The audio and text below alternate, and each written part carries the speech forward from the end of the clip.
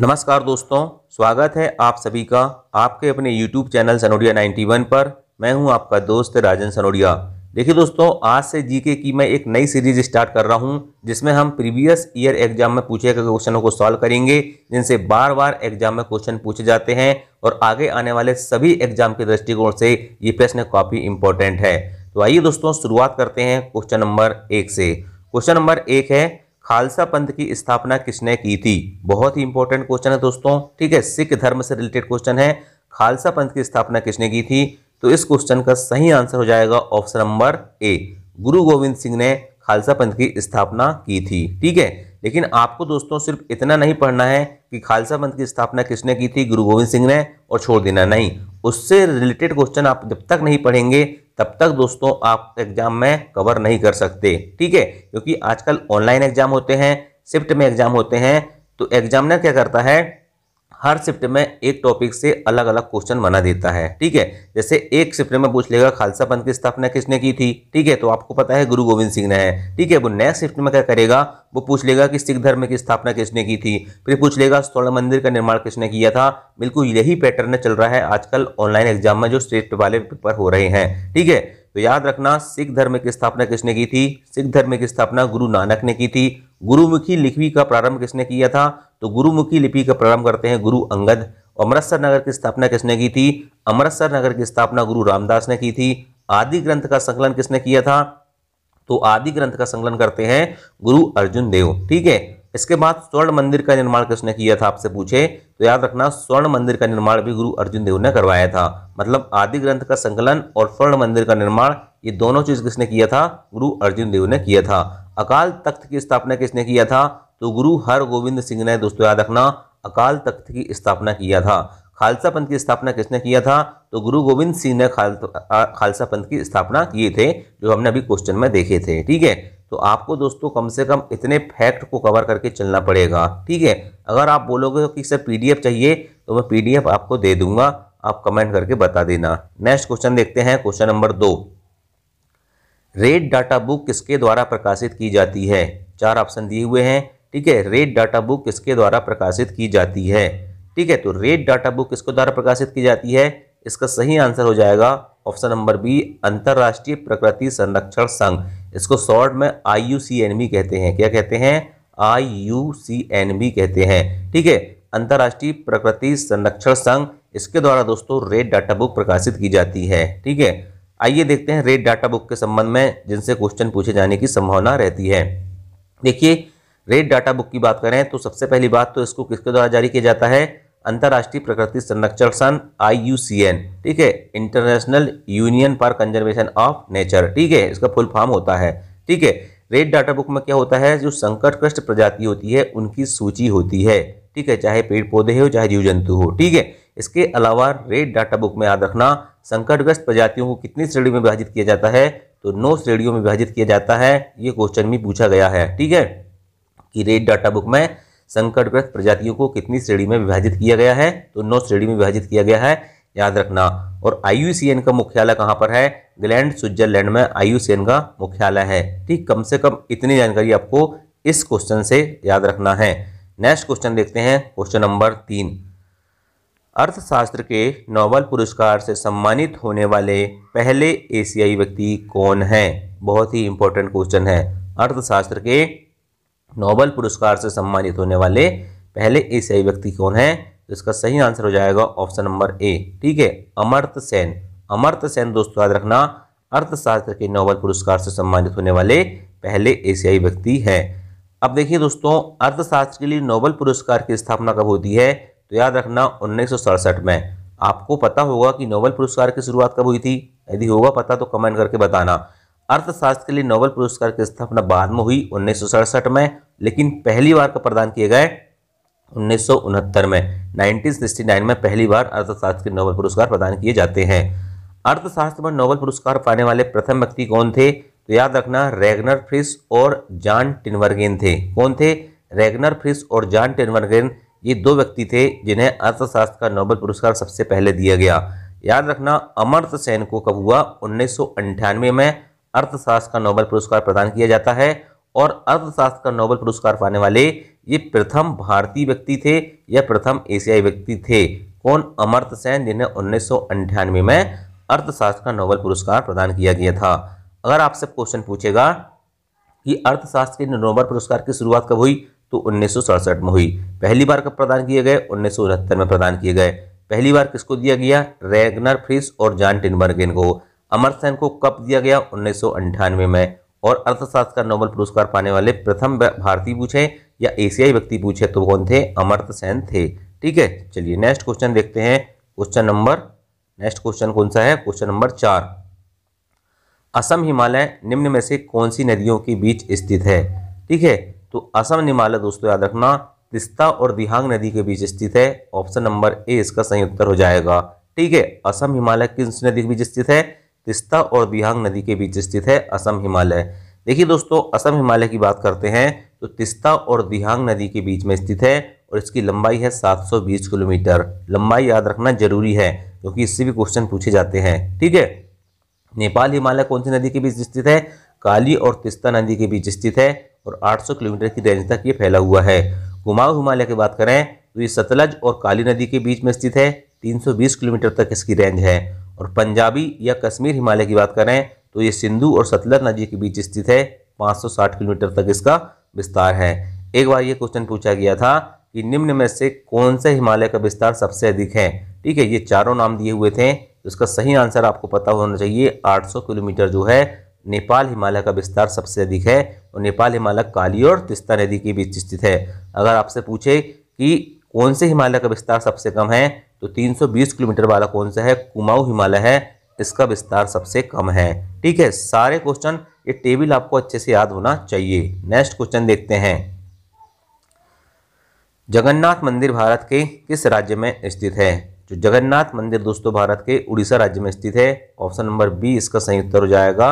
जगन्नाथ मंदिर भारत के उड़ीसा राज्य में स्थित है।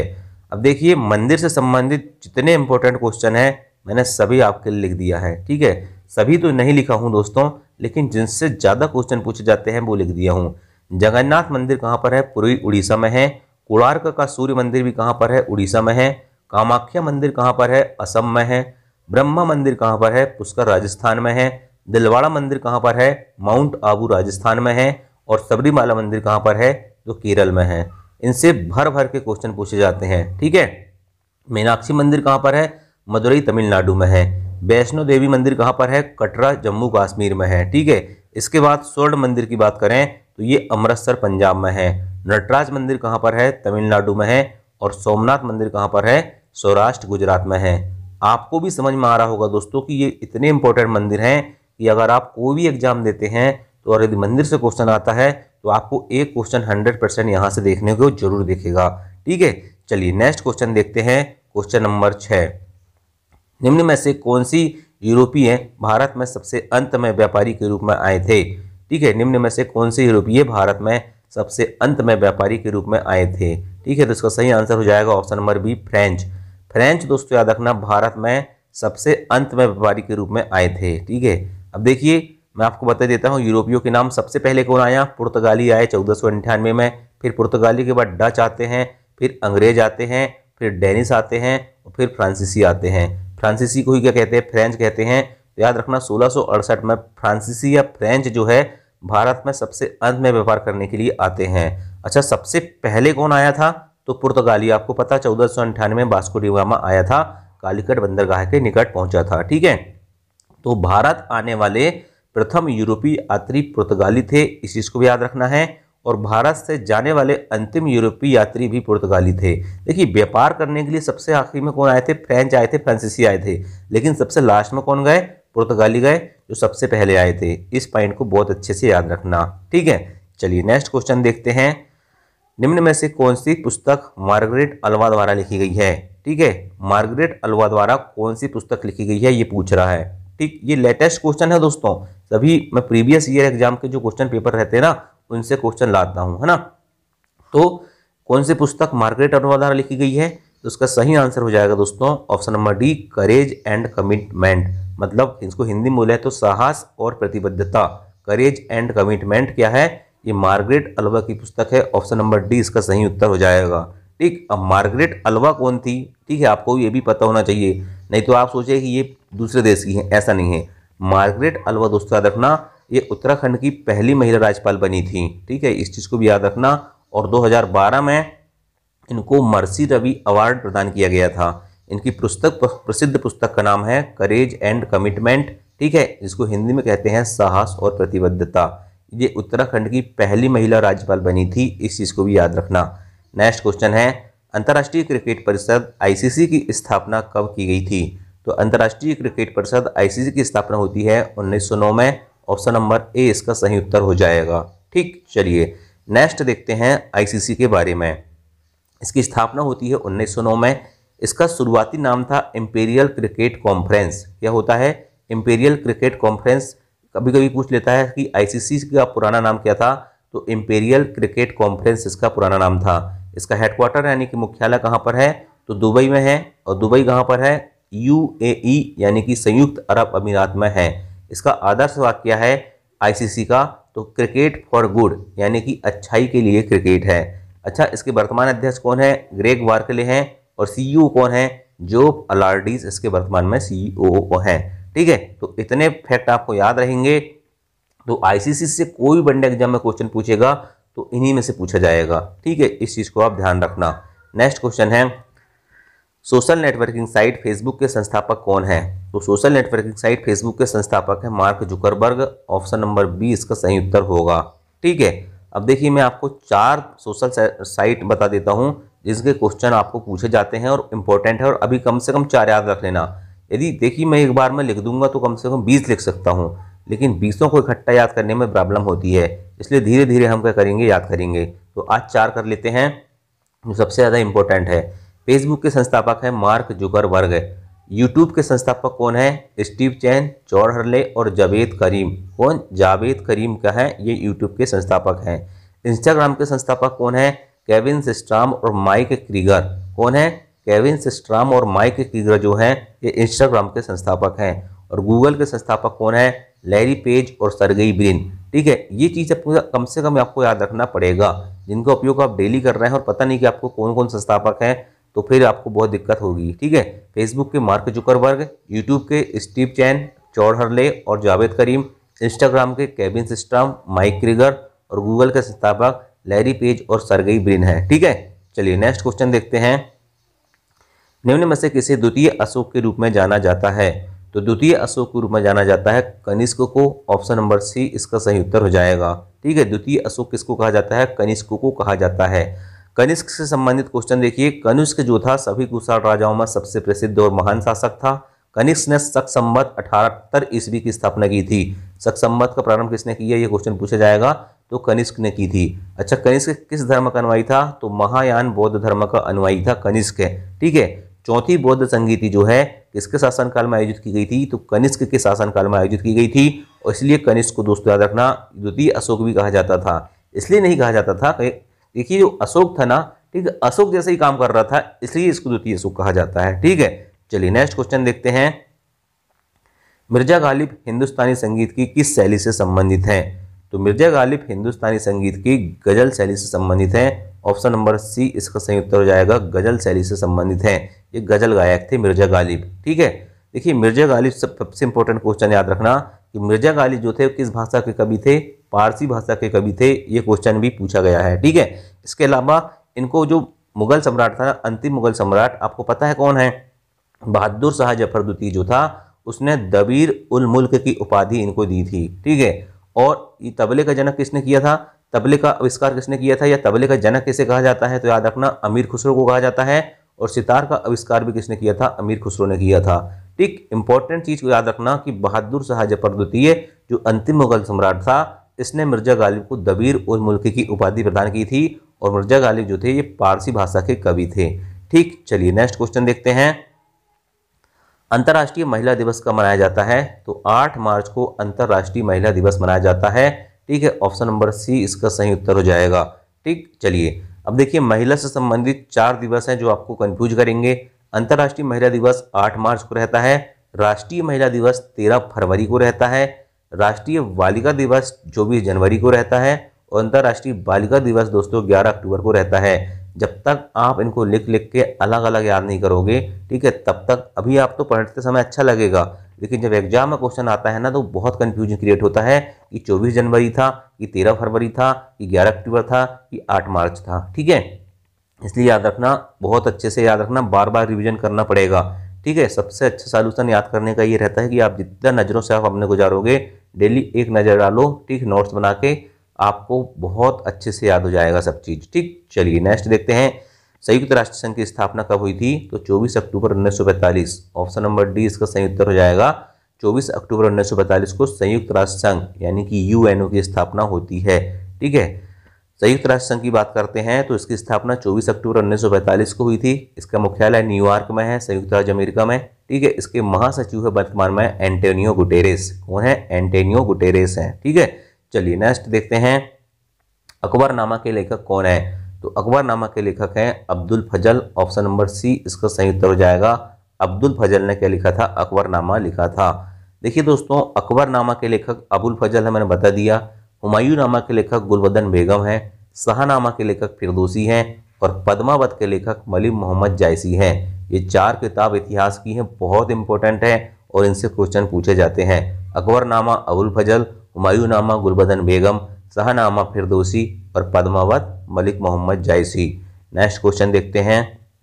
भारत में योजना आयोग की स्थापना की गई थी। तो भारत में योजना आयोग की स्थापना की गई थी 1950 में, 1950 में भारत में योजना आयोग की स्थापना की गई थी। अब देखिए, भारत में योजना आयोग की जो स्थापना होती है वो 1950 में होती है। ठीक है, जो क्या करती थी? पंचवर्षीय योजना को तैयार करती थी। लेकिन 2014 में क्या हुआ? इसे भंग कर दिया गया और 2015 में इसके स्थान पर नीति आयोग लाया गया। ठीक है, और याद रखना, चाहे आप योजना आयोग की बात करें चाहे नीति आयोग की बात करें, इसका अध्यक्ष कौन होता है? भारत के प्रधानमंत्री होते हैं। तो याद रखना, वर्तमान समय में नीति आयोग के अध्यक्ष कौन है? नरेंद्र मोदी जी हैं। ठीक है, और योजना आयोग के पहले अध्यक्ष कौन है? तो जवाहरलाल नेहरू थे। क्यों? क्योंकि ये भारत के प्रथम प्रधानमंत्री थे। और योजना आयोग के पहले उपाध्यक्ष कौन थे? ये क्वेश्चन इंपॉर्टेंट है। ठीक है, इस प्रकार के क्वेश्चन स्टूडेंटों को पता नहीं रहते हैं। गुलजारी लाल नंदा योजना आयोग के पहले उपाध्यक्ष थे, इस चीज को याद रखना। ठीक, चलिए देखिए, नीति आयोग हो चाहे आपका योजना आयोग हो, क्वेश्चन अध्यक्ष से नहीं पूछा जाता, क्वेश्चन पूछा जाता है उपाध्यक्ष से या सीईओ से। ठीक, चलिए नेक्स्ट देखते हैं। भारत में फ्रेंच ईस्ट इंडिया कंपनी के संस्थापक कौन थे? तो भारत में फ्रेंच ईस्ट इंडिया कंपनी के संस्थापक थे कुलवर्ट। कौन थे? कुलवर्ट। ये क्वेश्चन कई लोगों को नहीं पता होगा। ठीक है, ऑप्शन नंबर ए इसका सही आंसर होगा। ठीक, कुलवर्ट जो थे भारत में फ्रेंच ईस्ट इंडिया कंपनी के संस्थापक थे और ये क्वेश्चन अभी लेटेस्ट पूछा गया है। ठीक है, चलिए नेक्स्ट देखते हैं। मुगल दरबार में जाने वाला प्रथम अंग्रेज कैप्टन हॉकिंस था और भारत आने वाला प्रथम अंग्रेजी जहाज कौन सा था? तो रेड ड्रैगन था। ये 2 फैक्ट आपको याद रखना है। नेक्स्ट क्वेश्चन देखते हैं। वर्तमान में श्रीलंका के राष्ट्रपति कौन है? तो वर्तमान में श्रीलंका के राष्ट्रपति कौन है? बताइए। रनिल विक्रमसिंघे वर्तमान में श्रीलंका के राष्ट्रपति हैं। ठीक, याद रखना। चलिए देखिए, वर्तमान में श्रीलंका के राष्ट्रपति हैं रनिल विक्रमसिंघे। श्रीलंका के प्रधानमंत्री है दिनेश गुणवर्धने। श्रीलंका की भाषा है सिंहल। श्रीलंका की मुद्रा है श्रीलंकाई रुपया और श्रीलंका की राजधानी है श्री जयवर्धने कोट्टे। ठीक है, पहले श्रीलंका की राजधानी कोलंबो थी, लेकिन अभी श्री जयवर्धने कोट्टे है। ठीक है, इसको याद रखना है। डॉक्टर एपीजे अब्दुल कलाम द्वीप कहाँ पर स्थित है? तो डॉक्टर एपीजे अब्दुल कलाम द्वीप कहाँ पर है? उड़ीसा में है। ठीक है, next question option number C इसका सही उत्तर हो जाएगा। देखिए, भारत में परमाणु कार्यक्रम का जनक किसे कहा जाता है? तो भारत में परमाणु कार्यक्रम का जनक कहा जाता है डॉक्टर होमी जहांगीर भाभा को। ऑप्शन नंबर ए इसका सही उत्तर हो जाएगा। और लास्ट क्वेश्चन है, भारतीय अंतरिक्ष कार्यक्रम का जनक किसे कहा जाता है? ये क्वेश्चन का आंसर आपको कमेंट करके बताना है। ठीक है, क्योंकि मैं बार बार आपको पढ़ा चुका हूँ। ठीक, और बहुत इंपॉर्टेंट क्वेश्चन है, तो आपको कमेंट करके बताना है कि भारतीय अंतरिक्ष कार्यक्रम का जनक किसे कहा जाता है। 4 ऑप्शन दिए हुए हैं। तो दोस्तों, वीडियो पसंद आया, वीडियो की क्वालिटी पसंद आई होगी तो कमेंट जरूर करना और इसकी PDF चाहिए होगी बता देना। ठीक है, मैं आपको टेलीग्राम चैनल में डाल दूंगा। Thank you. जय हिंद, जय भारत।